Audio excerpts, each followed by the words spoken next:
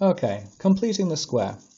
This first question is nice and simple, and I'll explain the method as I go along. We've got x squared plus 3x plus 2 to express in the form x plus p squared plus q. We have to learn to recognize this prompt as being an instruction to perform the difference of two squares conversion. Remember, the difference of two squares is something we do to the x squared and x term.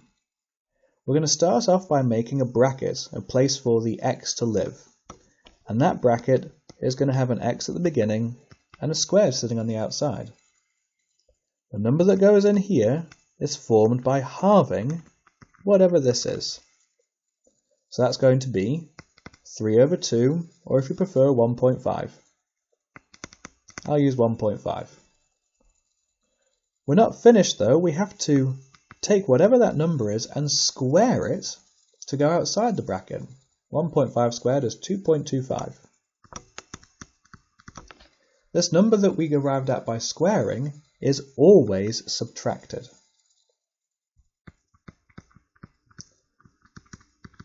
So in general, the method for completing the square takes the number in front of the x in the original expression and halves it, puts that in the brackets.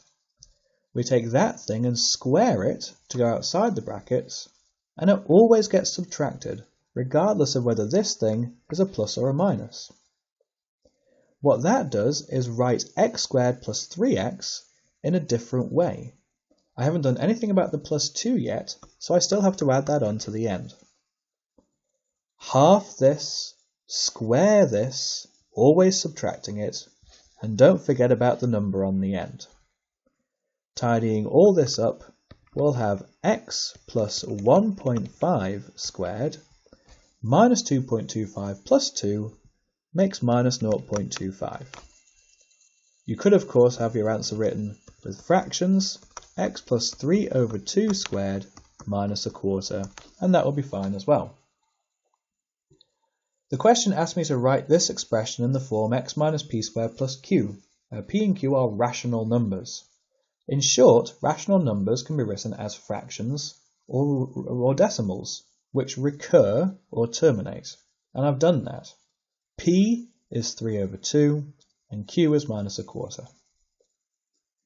Now the next question is the most awkward example of completing the square that we can see, because there is a number in front of x squared. Just as having a number in front of x squared makes quadratic factorization trickier, it also makes completing the square that little bit trickier as well. And here is how I'm going to deal with it.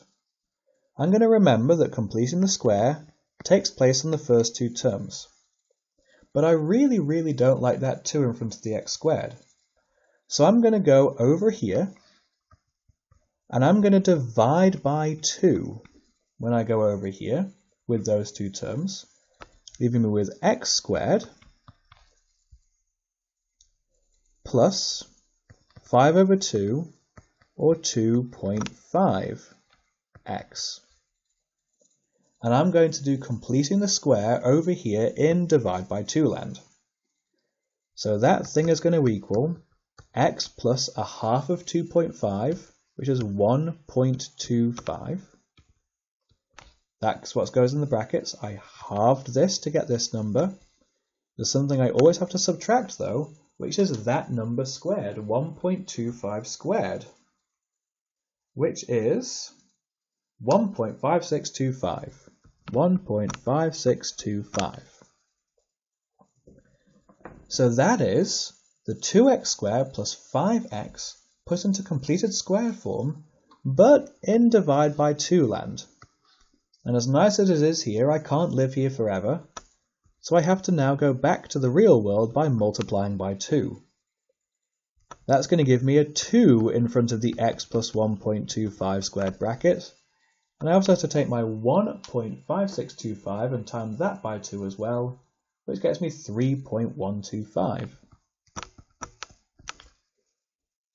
So now that I'm back in the real world, that is the first two terms written in completed square form, but don't forget about the 3, or rather minus 3, that has to get tagged on to the end.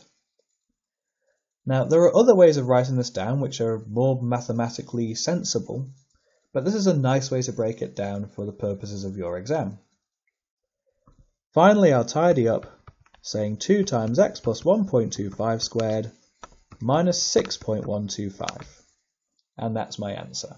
Find the value of a, that's 1.25. Find the value of b, that's minus 6.125. And I will do the rest of the questions in the next video.